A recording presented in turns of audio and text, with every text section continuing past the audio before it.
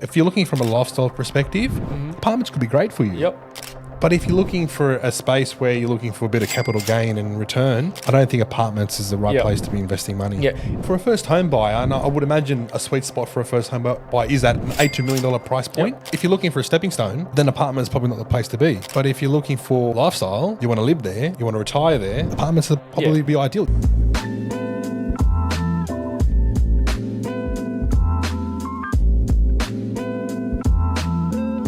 Good day, guys, and thanks for joining me in another episode of the Mortgage Chat. Today, I have Big Raza Khan with me, the principal from one of the biggest Raine Horne franchises in Australia, who has one of the biggest rental rolls and top 20 in sales within the group. So, I introduce you to Raza Khan. Thanks, Tony. Thanks for having me. Fantastic, mate. I had you here for about, 6 months ago? Yeah, probably close. Time goes so quick, so it feels like it was only 2 months ago. Yeah, About 6 months. Yeah, Yeah, 6 fantastic. And a lot changed in the real so estate much has changed in that time, eh? Like, we're talking, I mean, the market changes every month. Yeah. It's unreal. So last time I had you come in to talk about property management, right? And our clients got a lot out of it. Yep. So we thank you for that. Oh, that's good. Okay. I'm glad. But I want to bring you back into sales, right? Yeah, Because I have realised you've been selling a lot more. Yep. Market has changed. Definitely. I think the market has gone a lot better than what we anticipated since the last time we spoke about. Definitely. We had a chat, sorry. Yep. So, mate, let's chat about that. Yeah, cool. Yeah. So, for us, the market changed coming into February when the RBA didn't raise interest rates. Obviously, there was some speculation towards the back end of last year where people had the expectation that perhaps rates may go up. Yep. So there was a bit of a towards the back end of last year where buyers were a little bit reluctant to proceed on properties or even make offers on property. They were just sort of just watching, keeping an eye on things. Even January started the same way as December finished. But with that announcement coming in play the first Tuesday of February, and having the fact that it was keeping it the same, that just established a lot more confidence within the market. And obviously with unemployment going up, inflation's on its way down. So the key indicators are both going in the right direction. So buyers felt a little bit more confident that, okay, if we are buying now, at least rates aren't going to go up. In fact, they'll probably maintain the same. And at best case scenario, rates will probably come down. So if rates start coming down, I think people are going to start obviously more flocking to the market more. And I think the people who are transacting at the moment are the ones who are trying to get in before that rush does happen. If it happens late this year or early 25 or mid 25, so people are trying to beat that, maybe another boom, who knows? Yeah, and we'll touch on that later because that's what we're seeing right now as well. Yep. But we'll touch on that a little bit later. You're in Raine Horne Rouse Hill. Yep. Been running it since 2015, 16? 16, yep. All right. Sole principal now? Yep, sole principal. Right. And for people that don't know, used to be two people. So for people that don't know out there, Raza used to have a business partner, but now he's became a sole owner of the business. So congrats. Thank you. Right. So how is it having a head in sales and having a head in property management right now? It's hard. You got to be good at multitasking, I guess. Yep. So the biggest thing that I adapted to quickly was to appoint people to look after certain areas of the business.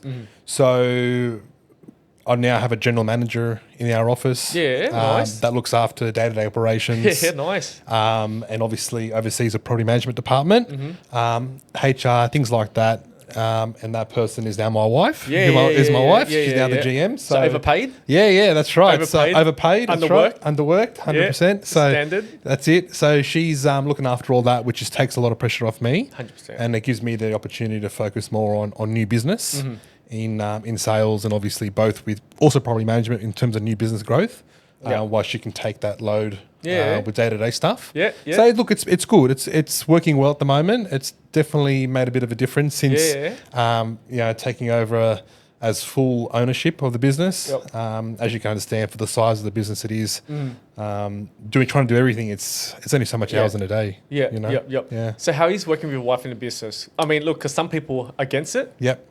Some people are okay with it. Yep. Right. Regardless if it's small, medium, large. Yep. Right. So how's it's actually really good. Because you sort of have your own separate spaces in the office. She's got her own office. I got my own office. I probably see her more at home than I do in the office, to be honest. She's obviously doing her own thing in the office, so I don't really see much of her in that. So, yeah, it's great. It works well. Yep. It's easier, for both of us. So yeah, I honestly I can't complain. Yeah, good. Yeah. And so just so people that know, what areas are you actually servicing right now? So we generally do like a 5K radius within our office. Yep. So areas like Rouse Hill, Kellyville. Yep. Is that because why is that? Why is it because you don't want to step on other people's territory within the same group? Yeah, a little bit. I mean, look, there are other offices that are surrounding our office within our group, but that's not so much the reason. I think the reason is because there's so many homes in and around in Northwest. So, there's only so much you can service with the current team that you have. So I think by stretching yourself too thin, it makes it a lot harder because you're better off having 10 signs in one suburb as opposed to having 10 signs in 10 different suburbs. Yeah. So it doesn't really make any sense if that is the case. So for us, a 5K radius gives us a good idea, a good focus, a good range on those areas. So like areas like Box Hill, Gables, Rouse Hill, Kellyville, Ponds, a little bit of Schofields, that gives us, a little bit of presence where we can control. Yeah. But as far as property management is concerned, we've probably got a bigger radius than that. Okay. So, probably got a good 30K radius. Yep. We've got properties from, all the way from Concord. Really? Yeah, Concord? Concord, all Wow. the way to Cranebrook. Wow. Penrith, obviously the chunk of it is within our probably 10K radius. Yep. But with property management, we tend to, at least 30. Yep. Because for us, it's a lot easier to serve. We can still service it with the technology that we have. It's not like the old days, like 10, 15 years ago, where, the tenant used to walk in the office to pay rent. Yep. Those days are now gone. So it's a lot easier for us to service now that technology's come into play. So, yeah, we've got a much broader range when it comes to that. Yep. So, Yep. it's good. It's good how you touch on you want to stick with the 5 kilometer radius, right? Because you want to be a specialist in an area. Correct. Rather Yeah. rather than a generalist in every everything, area. right? Correct. And that's what I say to a lot of people in the industry, even Yeah. with my industry, right? We only focus mainly on residential. Yeah. Right, we don't want to focus on commercial. We don't want to focus Correct. on asset finance. Yeah. We want to focus on personal loans, Yeah. right? Yeah. We just want to be a specialist in resi. Exactly. It's the same sort of thing. Exactly. Same right? sort of thing. So, so for us, we just don't want to, broad ourselves so thin because you're better off being remembered in a suburb. Because if you go to a suburb that's out of your area and you sell one home, you're going to be forgotten the next day, right? That's right. So whereas That's if you specialize in one area, you'll sell a house one weekend, you might list another one the following weekend, you might sell that 3 or 4 days later, and then all of a sudden the traction builds as well, and it just establishes consumer confidence within the market. So that's why we tend to really try to focus on on our areas, unless you've got a client that you may have sold a house for 5 years ago in your area, they now happen to buy 20 k's away. And they want to sell, and because they've used you before, they want you to sell it. So you'll do those jobs. You'll do those jobs. So it really depends. Yep. Okay. So what area are you selling at the most right now? The most we're selling would be around obviously Box Hill. Yep. Is probably where we'll sell a lot of our properties. We do a lot of apartments and entry level homes in and around Rouse Hill as well. Yep. So entry level being that 1.3, 1.4 price point. That's entry level. It's entry level. Can you believe it? Eh? Yeah, like 5 years ago, that was 800 grand. I know. I still remember I bought mine for 800. There you go, and that's now like entry levels now at least 1.3, 1.4. Right. Now, what do you reckon? Rouse Hill, they're selling 2-bedroom apartments for about that much. Correct. that's now entry level for apartments. It's scary. Is 700,000. So. Yeah, so those are the two main areas that we dominate right on our doorstep. Yeah. Okay. So let's chat about entry level now for houses is like 1.2, 1.3, 1.4. 1.2 is probably on the low end. You're probably a bit struggling in the hills area, but let's call it 1.3 to 1.5. Yeah. For consumers out there, first-time buyers that cannot afford to purchase a house, what is your advice for them? For first-home buyers? Yeah, call it first-time buyers. Yep. Yeah.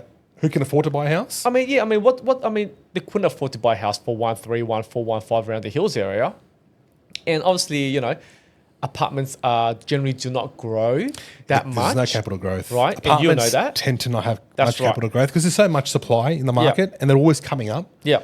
So when that's happening, it's putting downward pressure on the apartment space. Yeah. Look, unless you're going to live there, if it's your lifestyle that suits it, Yep. perhaps you don't want to own a car anymore.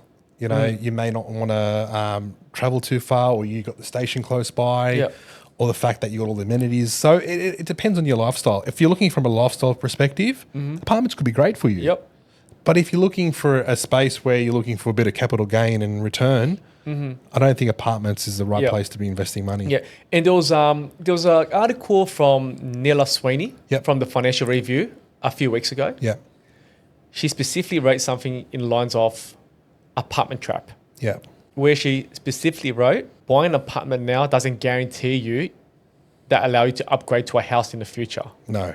Because back in the days, call it the 80s, Yeah. 70s, let's call it 70s, 80s, the red brick apartments, Yeah. where, you know, the apartment prices, yes, were cheaper than the houses, but they sort of grew in the same rate. Correct. Because there wasn't that many There was that apartments many back then. supply. All right. Yeah. And that's where a lot of consumers were able to upgrade Yeah. right to a house. Yeah. And I think the problem right now is the parents that done that back then are sort of educating the clients to do that now, Yeah. thinking, hey, apartment houses will still grow and allow them Yeah. to purchase a Yeah. house down a track, Yeah. right? Correct. Because let's use Rouse Hills Sure. use Rouse Hills as an example. Yeah. Tell me, if I bought an apartment for 600 grand, Yep. 2-bedroom, Yep. at Rouse Hill, Yep. let's call it one of the apartments in the town centre, Yep. for 600 grand, Yep. back in 2018. Okay. How much do you reckon that's probably worth now? Probably 650. Yeah, so 50 grand. Yeah. Not even 10%. Not even 10%. Right, and how much do you reckon houses probably grew around? Oh, 50, 60%. Yeah. Right, know. so there's a massive gap, right? Massive gap. Right. So people, I hate to say it, parents out there advising the clients, hey, just start off with an apartment so you can upgrade down the track is probably the worst advice you can probably give them at this current moment. Correct. I'm not saying all apartments are bad. No, not all apartments. All my apartments are bad, Correct. right? You know, And it comes back down to lifestyle again. Yeah, correct. Right? If you're looking for a stepping stone, yep, then apartment is probably not the place to be. yep, But if you're looking for lifestyle, yep, you want to live there, Yep. you want to retire there, yep.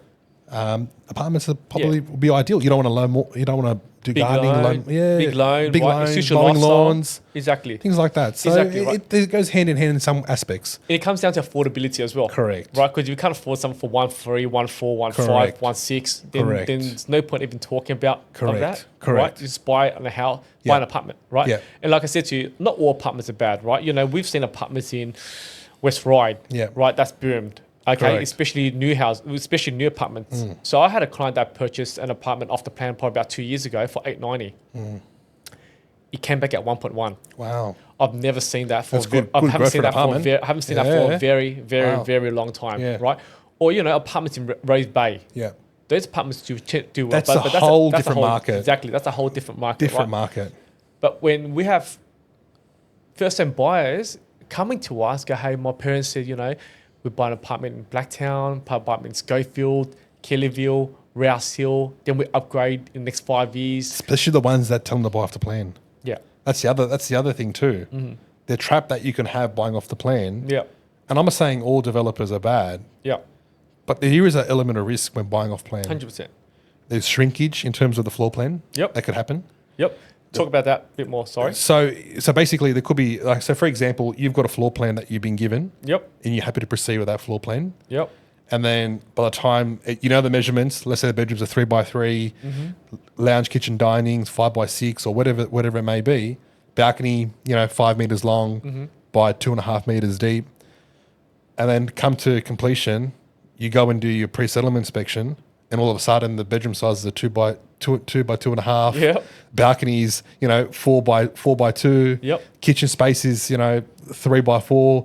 So there's a massive shrinkage there, Yep. right? That can happen, and developers know about this, Yep. and they tend to have in their contract, unless their solicitors specifically made their client aware in terms of the purchaser, that the developer is allowed a certain amount of shrinkage. Yeah. It happens a lot. It doesn't happens a lot. It happens a lot. It happens yeah. a lot because that can ultimately affect your valuation. Yep. Because if you purchase a property today off the plan at 650K, and completion is not until 2 years, the banks are not going to do any val on Correct. exchange. Correct. The banks, you're happy to exchange with your 10% deposit or even 5% they're offering with no stamp duty, but the banks aren't going to touch it until you're getting closer to settlement, completion.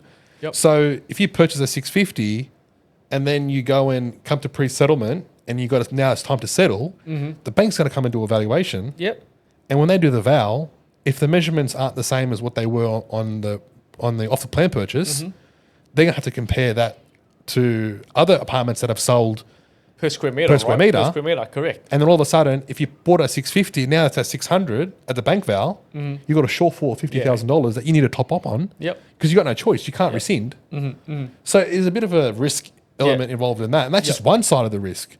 Okay, the second side would be, okay, the building is okay in terms of the floor plan's okay. You settle. But then what about the defects after? Yeah. Who's responsible for that? We think it's a developer. Yep. But sometimes the developers don't come to party. And that's probably why you don't do much off the plan sales, do you? Right? I don't touch it. I get offered off to plan sales all the time. It's a big headache. It's a massive headache. The amount of developers that will approach us and say, we'll give you 50 apartments, we'll give you 100 apartments, we'll give you... I just don't want that headache. Yeah. Because it's tedious. It's a lot of hours. Yep. And then all of a sudden things go wrong. You're the one that's picking up the pieces. So I tend to stay away from off the plan. And sometimes you feel not comfortable selling these sort of projects, right? No. Especially the developers. Correct. Obviously, not all developers, like you said, are bad. No, not all bad. Like I know Daycorp. Daycorp's building one next to the town centre. Yep. Right, they're half decent. Yeah, they're good. Massive They're apartment. good. A-Land, another one that's good. Yep. You know what I mean? It's the ones that you don't hear of. Yep. That that are developing, no name developers. You just got to be very cautious. Yeah, that's all. So if they're offering you 100 apartments as an agent to sell, what is that telling you? Yeah. You know what I mean? So why can't they sell it themselves? Yep. So that's you got to think twice about those sorts of things. Okay, so let's touch a bit back on upgrading. Yep. Right. Yes, obviously right now, especially, I reckon, in time in the future. Yeah. Buying an apartment is not going to allow you to sell it for profit down the track to upgrade it to a house. No. So what's your advice on? Don't buy an apartment, right? Just maybe buy a townhouse if you can. Yeah, townhouse, a duplex if you can get into it. Yep. There's definitely growth there. Yep. They do go up. Yep. We've seen it. But not as much, but it does go up. But it does go up better than apartments do. Yep. That could be one aspect. I know Hills is, gone are the days of buying under $1 million in the Hills. Yeah, I know. Those days are finished. Yep. But if you really want to eventually end up in the Hills, then you might need to look at a bigger radius in the area. So maybe not just the Hills, maybe the outskirts of the Hills. Yep. We're talking maybe the Blacktown LGAs, Hawkesbury LGAs, things like that, because they tend to do go up as well. Yeah, correct. So for example, like when I started my career back in 2006 or 7, Here we go. I was selling homes and I started in Windsor. Yeah. Is where I started.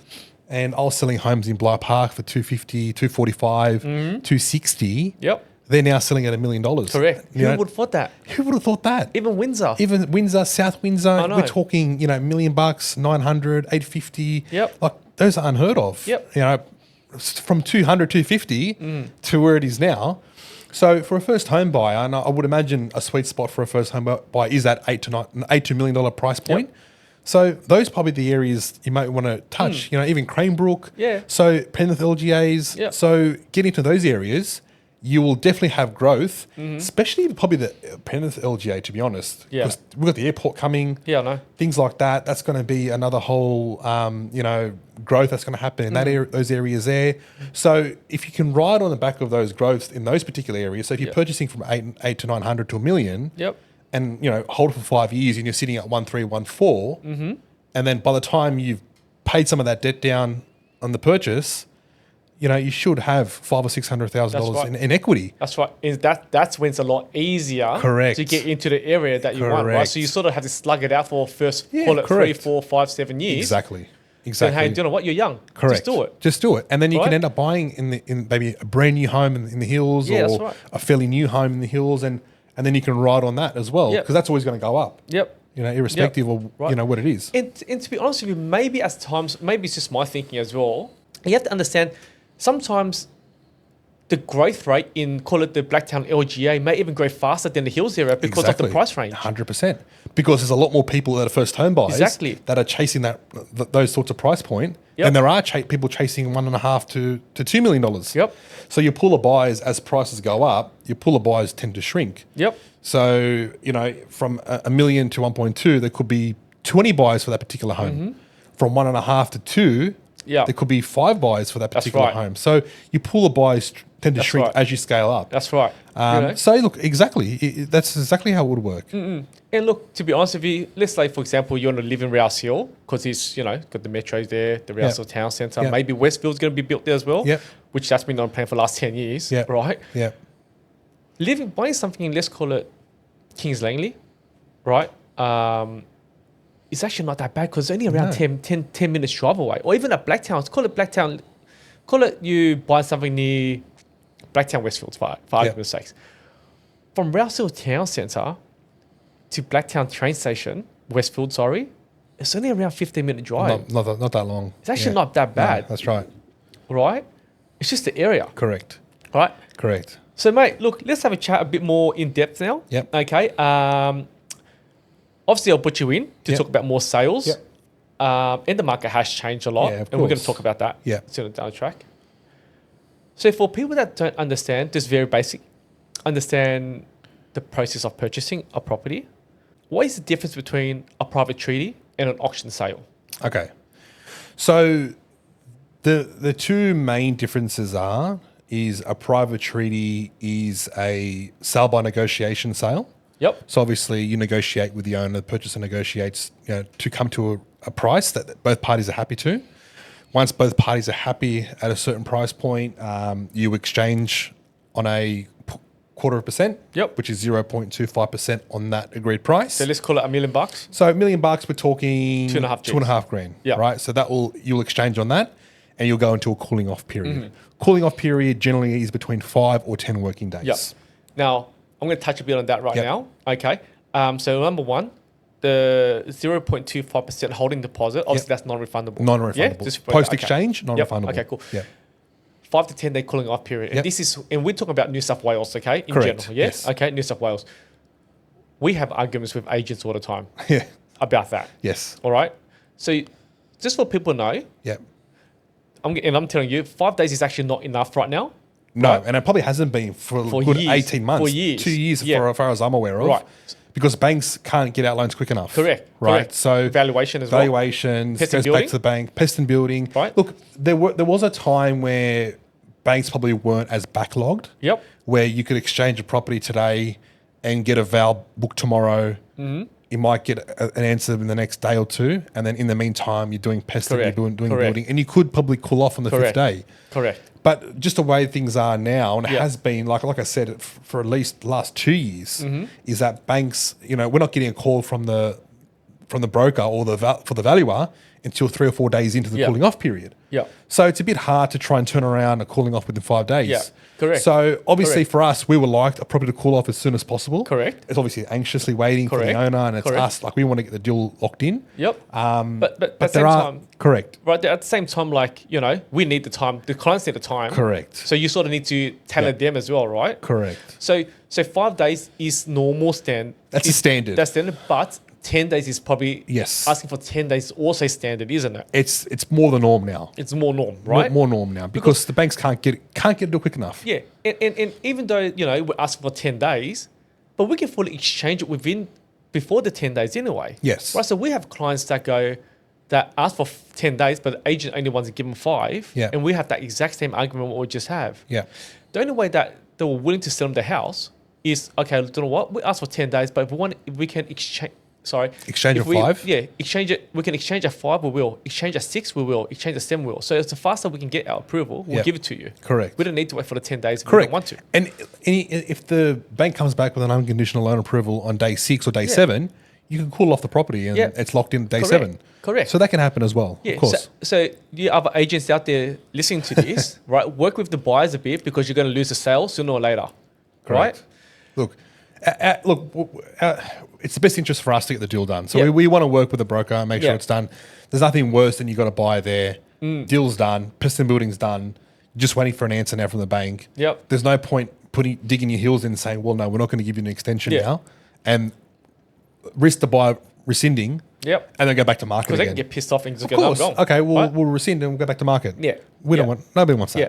Right. Okay. So after that cooling off period, Yep. So in the cooling off period, you would do your piston building inspection, you would do the valuation, loan approval will come through, and then once that's all unconditional, the purchaser will pay a balance of 10%. Yep. So obviously, if it's $1 million, as we talked, it's $100,000 less the 2.5 that was already paid. Yep. So we're talking 97,500 is the balance. Yep. And then it's that depends on their own pocket. correct. Away, yeah. right? So that sits in all the agent's trust account. Yep. Up until settlement. But okay, let me take that one step back as well, right? But they can have the opportunity to pay 5%. Correct. Yeah. If that's well, agreed, yeah? if that's agreed either pre-exchange. Yep. If that's agreed pre-exchange with the agent. Yep. And there's special conditions in the contract for a 5% deposit. That's fine. Yep. Sometimes they'll exchange with a 10% deposit on the contract. Yep. Or hasn't been agreed with the agent. But in the cooling off period, it gives the both conveyancers or solicitors an opportunity to fine tooth comb the contract. Yeah. And that could include a reduction in deposit. But they can negotiate that before signing the contract. Yeah, they can do that. They can do it pre or post. Yeah. Yep. Right. Ideally, doing a pre would be better. Correct. Because both parties are aware. Yep. As opposed to doing a post. Yep. Because doing a post. You may lose your 0.25% hold. Yeah, and then all of a sudden, wastes everyone's time. Someone might dig the heels in. Obviously, the solicitors, the conveyancers are going to give the worst case scenario. Yep. Of accepting a 5 or a 10. Sometimes they might not sit well with the owner. Yep. And that's why they might say, well, we're not agreeing to the 5%. No, agreed. Yeah. Agreed. And what about auction? So auction is everything's done the other way around. Yeah. For example, so more riskier, right? More risky in a sense of that you need to get your pest and building done prior. But nowadays, vendors are preparing their own pest and building report to save time. So pest and building report will need to get done. If it's already done by the vendor, you can obviously retrieve that and make sure it's all okay. You need to have a 10% available. Any changes to the contracts needs to be done prior to the auction. Yep. So if you need an extended settlement, any special conditions that you may request has to happen pre-auction. Because come auction day, if you're the successful bidder and the hammer falls, that's it. You're locked in. The contract's unconditional. No more negotiating. No more changes to the contract. The price is the price. 10% is payable. And then we're off. They're going backwards. Not going backwards, and then 6 weeks of settlement. And that's why you sort of have to have all your eggs in place. Correct. Right, before you prior. go to prior. And a lot of people don't understand that. Correct. And look, there is some risks in auction, from a buyer's perspective. You could get carried away and pay a lot more than, above the recent sales. And then obviously the bank valuation happens post-auction because the contract's signed. Obviously the bank needs to sign a contract. So there could be a risk that, okay, well, if you paid X, Y, Z and the data's showing you A, B, C, there could be a bit of discrepancy there. You may have to put more money in. And if they don't have more money, that's a problem. Correct. Right? But I mean, the other thing too is, I guess a valuer is going to deem what's market value. So is market value what a buyer's prepared to pay for a property? Is that market value? It's all depends back down to the case by case basis. A bank might turn around and say, that's market value. If it's $100,000 more than the last sale, they might turn around and say, well, that's market value. And they might approve it. And people have to do their own research as well, right? If comparable sales are 2.5, for example, around the area, you don't go and bid 2.8, mil. No. You're just asking for a shortfall. But it also, auction does bring out a lot of emotions. Right? So if you're talking about a home that's you fall in love with, and it's the home that's got everything you ever needed, everything you ever wanted, fully renovated, or it's brand new, it's got everything you need, sometimes emotions can take over. Especially when you're in that heat of the moment of an auction. You just become, sometimes emotions can take over. And then you just keep going and going and going. And then obviously the adrenaline takes over. And that paddle just keeps going up. Right. That's why you have to set a budget, right? Correct. You got to make sure you set a budget. You make sure you can afford it, because you might be able to afford $3 million. Where the home is only worth 2.5 or 2.6, 2.7. You might be able to afford it, so you can probably go to that level. And it's not a problem, providing you can complete. There's no issues. So it really depends on the buyer, who they are. But if you've got a pre-approval set of 2.5 mil, and that's it, you can't get any higher than that, then you need to be wary that, okay, well, 2.5, that's it. There's no point calling you on a Monday morning and say, hey, Tony, I just bought the auction at 2.6, and then pre-approve at 2.5. I know. And then you got to go back and try and work something out. I know. I'm sure that's happened before. It happens, right? And it's the killer. Yeah, right? I can imagine. Let's have a chat about auctions, right? This area, call it 2017, 2018 and prior, was never an auction area. No, it wasn't. Call it Rouse Hill, call it Box Hill, Yeah. call it Glenwood, Yeah. call it Stanhope, Kellyville, all these areas, or even Quakers Hill, actually, let's be honest. Let's talk about Quakers Hill. It never used to be an auction area. No, never. But let's call it the last 3 years. You'll say 80% of it is auction. Correct. What's changed? Okay, so what's changed, mate? Right? So the market has moved so fast. Yep. Before COVID, during COVID. Put it closer to you. Yeah. Better? Yeah. So the last 3 years, the market's moved so fast, right? You know, pre-COVID, post-COVID, you know, during COVID, it's moved really quickly. So when you put a house on the market for sale, private treaty, in those times, and you've got 5 written offers and, you know, you got 20 people inspecting the same particular time, you as an agent need to be confident that you're selling it for the right value. Yep. Because you're there for the owner. Yep. So a lot of agents have now, because the market's changed so much, like one weekend it could be worth, you know, $1 million. The following weekend, the same home down the road sold for 1.1. Yep. That's $100,000 in a week. Yep. Right.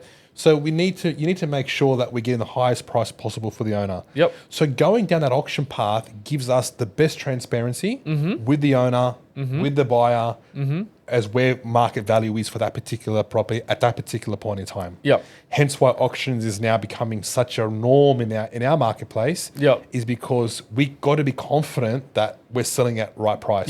Yep. So auction is the reason why a lot of agents are opting to go down that path. Yep. It's more transparent. Okay. It's a lot smoother in terms of the transactional side of things. You draw the line in the sand. Auction day is the 29th. Yep. For example, everyone needs to get all their ducks lined up before that date. Yep. The highest price it will sell for. Yep. If it hits reserve and over, and that's it, 6 weeks from there. So, And what's the agent's job in between that? Let's call it from the date that you advertise the property to the date that auction date. yep. What does the agent do? So, obviously, our job is to market the home in its best possible light possible.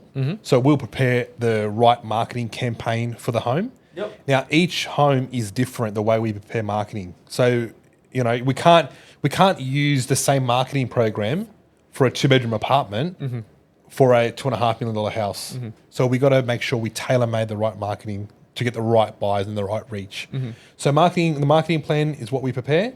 Second to that, we ensure that we get all the buyers turning up to the open for inspection. Yep. There could be a midweek open for inspection, especially if it's an auction campaign, and also a weekend inspection. Then obviously post-inspection, we'll contact all the people who inspected the home to obviously answer any questions, to find out what sort of feedback we're getting from these buyers, what sort of price point buyers are seeing value. Yep. And then we prepare that in a report. And that report goes to the owner post-inspection. So they'll get a grasp on what's happening, what buyers are saying, good and bad, how many inquiries they're getting, how many times the phone has rung, how many internet hits they've got, how many clicks they've got, things like that. Yeah, and that's when you make a decision, or they make the decision in the reserve price. Well, the first week's a little bit premature to do that, but it starts to paint a picture. Yeah. So week 2 comes along, and then you have the same sort of numbers coming through.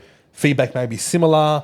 You'll find out who your standout buyers are starting to be now, who are the ones coming back for a second inspection, who are the ones who are asking for a copy of the contract, who are the ones that are conducting the piston building report, who are the ones that are making changes to a contract post a pre-auction. So you start to form who your buyers actually are.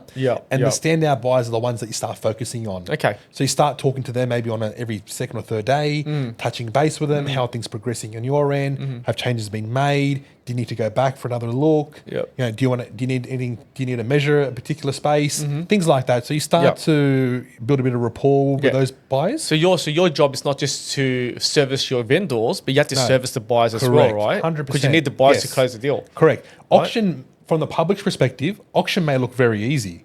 It may be just putting up an auction sign and auction online. And that's what people think. And then all of a sudden you turn up to an auction and it sells for $100,000 more than the reserve. Agent gets paid and everyone's happy. It doesn't work that way. It's a lot more tedious, a lot more time consuming than a private treaty sale. Especially when we have 5 auctions in a week happening at one hit. Correct, because you've got to be really hands-on with an auction campaign. So not just servicing the owner's getting feedback probably every couple of days or what's happening. And they're getting a report at the end of, probably at the end of each Monday after the weekend. They're getting a full vendor report. So come to week 3 or week 2, we've got an idea now of who our buyers are. We know who's registering because we do pre-registrations, pre-auction. So we know who's registering. We've got an idea what price point people are talking about the home, and that will give the owner an informed decision as to where they should place the reserve price. Based on the feedback, if they take our advice on board. Sometimes owners can be like, well, it's their emotional, it's their home, they've built it, they've been there for 20 years. They might say, no, well, we want X amount of money. But it may not be necessarily what it's worth. So and they may be ignoring our feedback. So it depends. Okay. So just so the audience know how it actually works, all right? At the start, when you sign the agency agreement, you can put it for, call it $2 million. You and the vendor both agree, it's worth $2 million at this time. But we also need evidence to support that. Correct. Correct. Okay. And let's say, for example, 4 weeks later, auction starts. That 2 mil could change, can't it? That 2 mil could change. I mean, what I mean by that is the reserve guide, even though on the agreement, it writes 2 mil, but the reserve price that can be provided to you the day before auction or on the day of auction can be different to what the agency agreement originally was. Is that correct? It can be. But it depends on whereabouts we're talking, up or down. Right. So if you've got a price guide on your agency agreement at 2 to 2.1, and there's data to suggest that that's what the home is worth in terms of comparable sales, then that's what you've got to be quoting to the market, 2 to 2.1. Correct. Now, let's say for argument's sake, the owner's now saying we want $2.5 million. Because for argument's sake, because there was a few sales throughout the few weeks before auction, right? That was around 2.3, 2.4, 2.5. So what I'm trying to find out is, let's say for example, in our agency agreement, was 2 mil.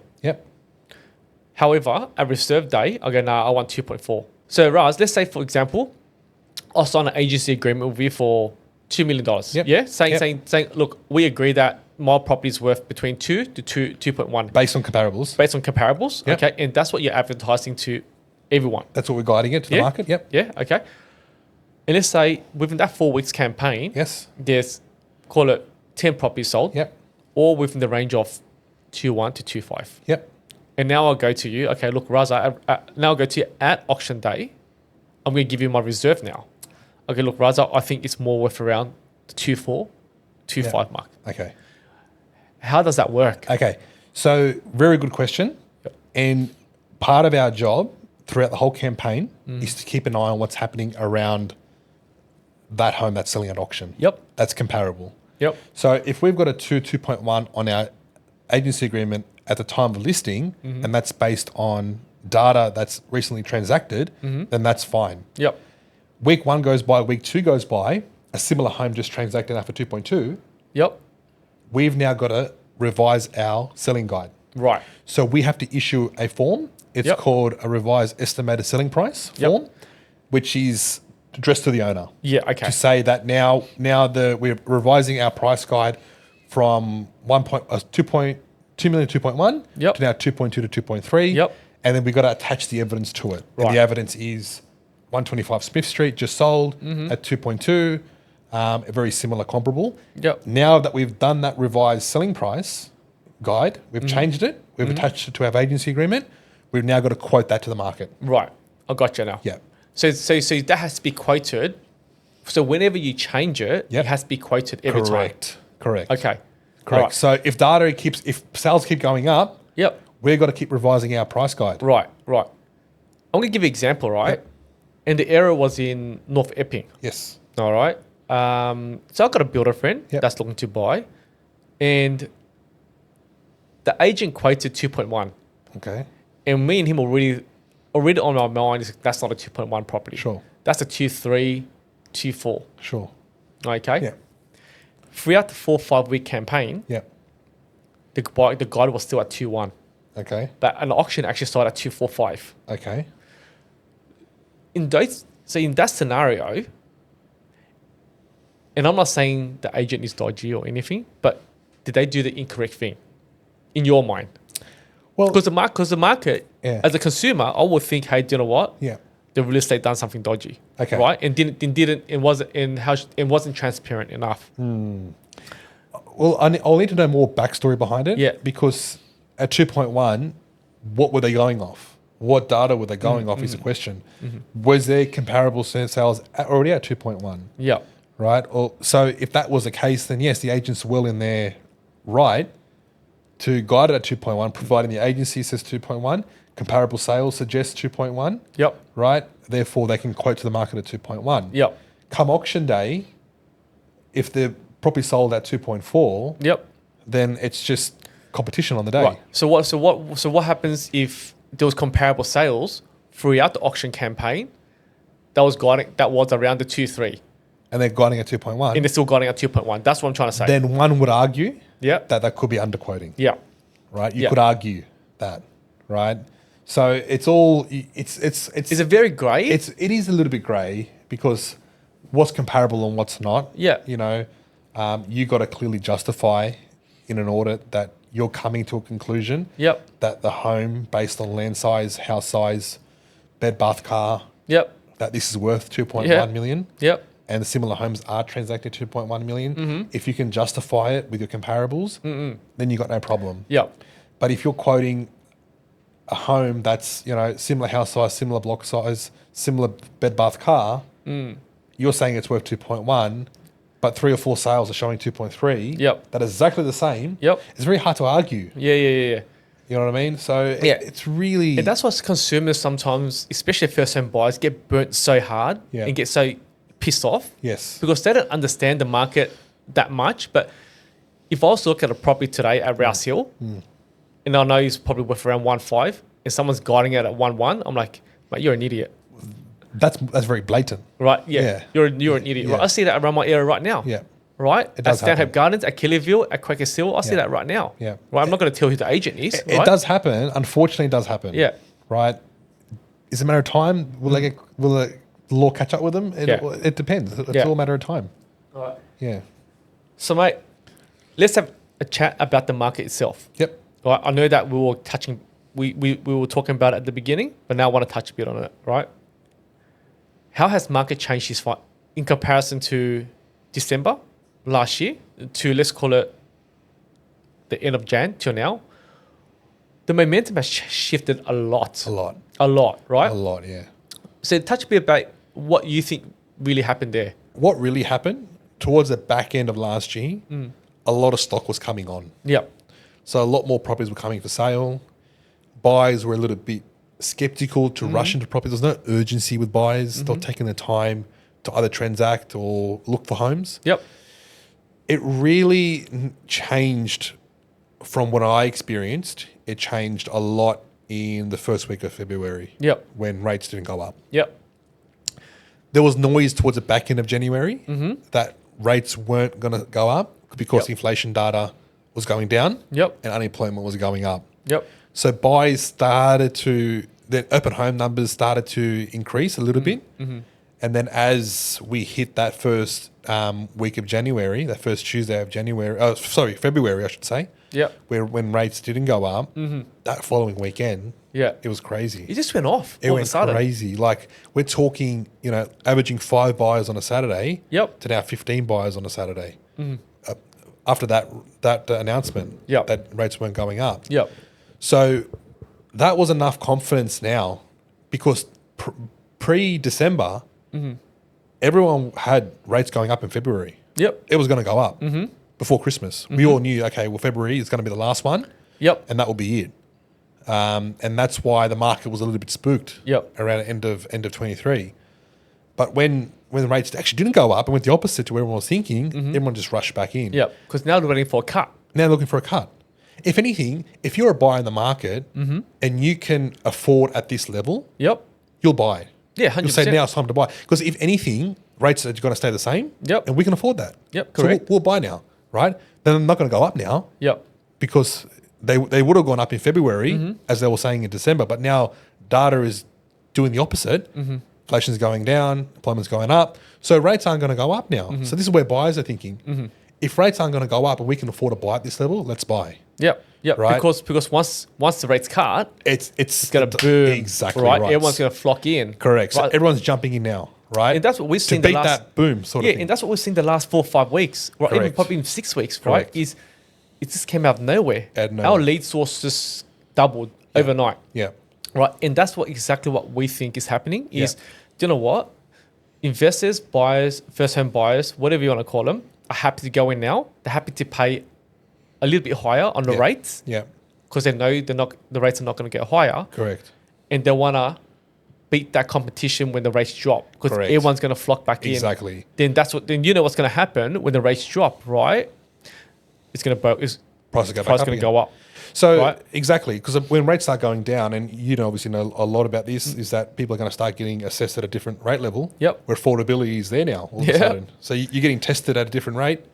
Rates are coming down. So whether that happens this year or not, we're not sure. Yep. I mean, I'm not sure. I'm not sure because I don't think you would have any inside information about No. it, but nobody knows, right? Yeah.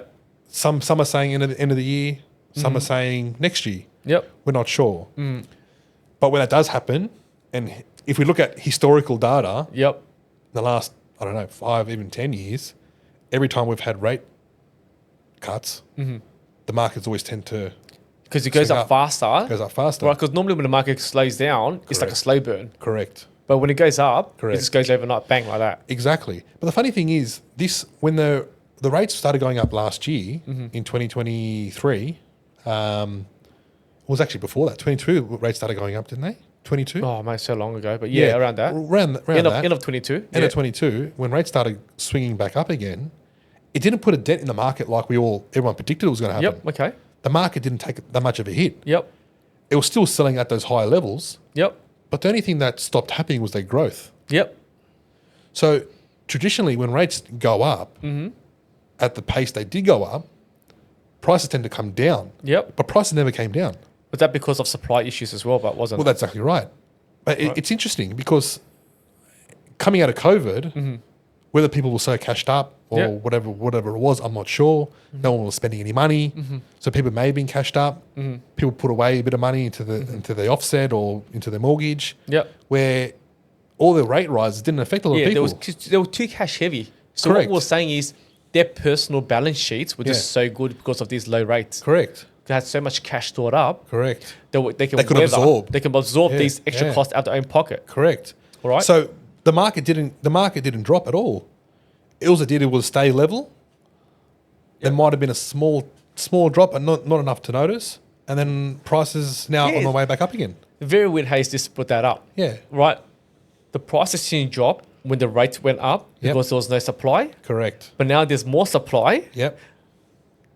The rates are not going to drop anymore. Are No. not going to rise anymore. No. All right. Yep. And most likely the price is going to go up. Correct. Right. Correct. So really, the property market is not going to slow down. Not going to slow down on growth or prices No. anytime soon. No, not anytime soon. And my experience, being in this industry for how many years I've been in it now, is Yeah. the city market is very resilient. Yeah. It doesn't matter what happens. Yeah. It always bounces back. It's a bit of a shame, right? Even though the property market is so strong, yeah. right? But it's sort of a bit sad for first-time buyers that want to get in as well. I know. All right. It's hard. And I think for people that's listened to me and Shabil's last podcast about the New South Wales planning government, Yeah. is going to relax the restrictions Yeah. on development. Sure. I think instead of yes, you don't have the opportunity to buy a house up front, but if people will start building more duplexes because of these less restrictions on developing townhouses, duplexes, then it gives you more opportunity to buy them rather than an apartment, right? And they'll be a better bet. Yeah, If you- and that's always good. That was always the biggest gap, right? Yeah, is correct. there wasn't enough duplexes, townhouses, or villas that's being built. Built, yeah. For first-time buyers, it's either apartments, Apartments or which is plenty. Yeah. Not much townhouses to choose from, Yeah. or a house, Yeah. which I can't afford. Yeah. All right, that was always going to be a problem. So yeah, probably look, once the New South Wales Planning Government is going to change that, hopefully there's more townhouses available. Well, it'll definitely make it affordability for first home buyers, that's for sure. So what are you seeing the next 3-6 months in your market? 3 to 6 months, what I see is definitely more buyers coming to market. Yep. As we head towards the middle of the year and back end of this year. As we get closer to the news of rates, if they ever were to come down, I think you're going to find a lot more buyers still coming to the market. Yep. Supply, I think, will still be consistent. Still think people are going to put the homes on the market. Yep. I think that's always going to be the case. I mean, let's face it. I mean, births, deaths, and marriages is what it's all about, isn't it? Yep. So properties are still going to transact. There's still going to be homes coming to market. But I do strongly believe that some people or a lot of buyers are going to try and beat that rate cut. Yep. Yeah. Yep. So they want to transact ASAP. Yeah. They may even pay a little bit overs, would you say? Get into the market. Yeah. Because once they'll rather pay a little bit overs now, then once the rate drop, you're going to pay way overs. Correct. Right. Well, even now, people upsizing are probably far better off too. Yep. Because that top end, especially with the acreage side of things, that top end, it's sort of just sitting there. It's not really going up anymore. Yep. So people who are, maybe transacting around $2 million in residential can probably now afford to go to acreage. Yep. So you're finding a bit of that as well? Yep. That's happening in the market? Yeah. Because residential is going up a lot quicker, where acreage is sort of just holding. That's right. And to spend $3.5-4 million, it's not going up anymore. Yeah. Right. Yeah, like Dural, Exactly. So if for people that are upsizing, it's quite good. Yeah. I want to quickly touch on land, building costs. All right. Are you seeing a lot of vacant land on sale right now at all? Not as it was about a year ago. Yep. A year ago when we had supply shortage with builders, there was land for sale everywhere. Okay.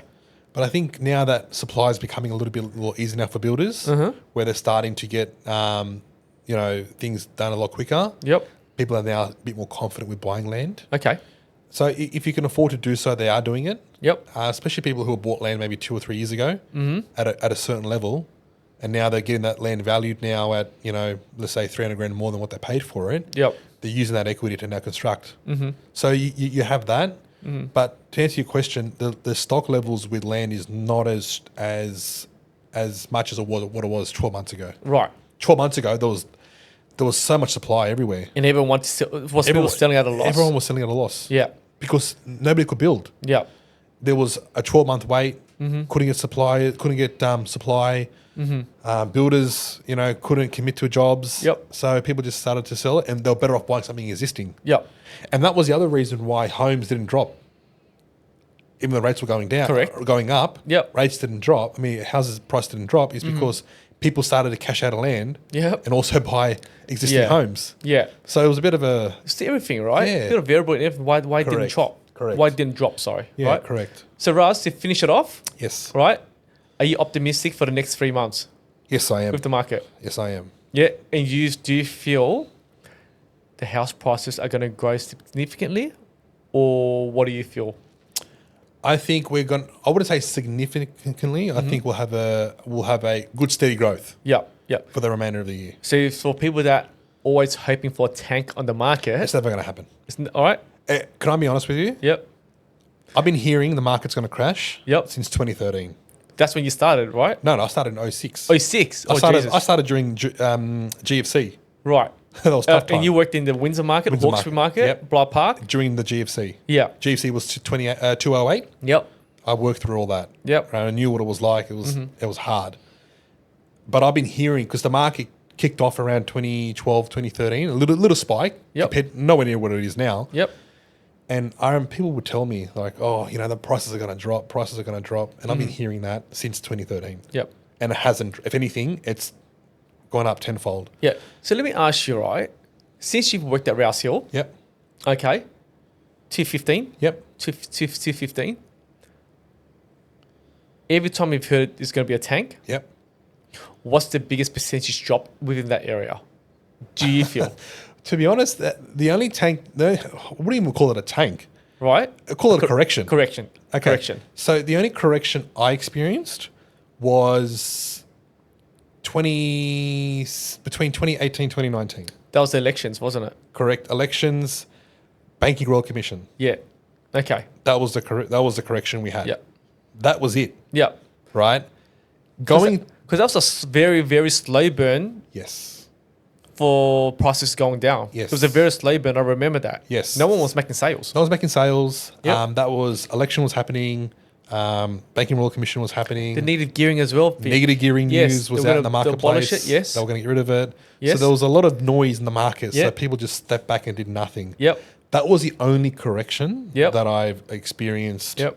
in the recent times, right? Funny thing is, coming into COVID, when COVID first happened, and there was, I don't know if you remember, but there was a 60-minute special Right. around just before COVID, Yep. how prices are going to drop 40%, 50%. Yeah. Yes. Yes. Do you remember that? Yes, I do. And I it do. spooked everybody out. Yep. And then so 60 Minutes was on a Sunday, I think, from memory. Yeah. Monday, I had so many people, a lot of clients calling me, wanted to cash out of the market. Really? Oh, we just saw 60 Minutes last night. We want to sell, we want to sell, we want to sell. And it's like, okay. And how many of them did it actually Oh, sell? mate, I would have sold over 10 Yeah. of my clients. And they would have lost a lot of money. And then what happened? COVID hit 3 or 4 months later. Yep. And what happened? We all know what happened during COVID. Yep. Prices went ballistic. Yeah. 100%. So it just amazes me, like, sometimes how much influence the media can have. Yeah. And telling It's the people- wrong news as And well, it's the wrong right? news. Not- And 60 Minutes prime time on a Sunday Yeah. are telling you it's going to drop 40, 50%. Yep. So And then what happened? So really, the news shouldn't be. So really, the news shouldn't be blaming the RBA economists. Not out. Blame Correct. 60 Minutes. Correct. All right. Like, they're telling you what to sell. Oh, Yeah. it's going to be doomsday. Yeah. And it's never happened. Yeah. Yeah. And the funny thing is, every Sunday I get buyers that come up to me at an open home and say, "Oh, the market's going to drop." I was like, "Oh man," like, I've been hearing this for a long time. Nothing's happening. You know Yeah. what I mean? So Yeah. anyway, it's all Because I still remember those times, right? It was I still tough. remember 2018 during the elections, 12 months before 12 months or so what before the elections. nothing was happening. The market was very slow burn. Yep. Was a very slow burn. Yep. But once the elections finished, Yep. and Elections finished. everyone thought Labor was going to win. Correct. And then Liberal got in. Liberal got in. Yeah, it I was think the market dropped probably around 10% for maybe 12 months. Correct. And then it changed. And it just went bang, back As up. soon Once, as- once Liberal won, Yep. it just went bang, And back up. back up again. It was amazing. Right? Very hard to time the market. Correct. Right. Very hard. But that was the only time I experienced a correction. Yeah. Post GFC. Yeah. Yeah. Yeah. Good. There you go. I'm going to close it now. Yeah. All All right. good. So, guys, there it is. Another episode of the Mortgage Chat with my man, Raza Khan, telling you all things about real estate. Thanks for joining me, buddy. No worries, man. I'll see you next time. Thanks for having me. And I'll see you next time. Ciao.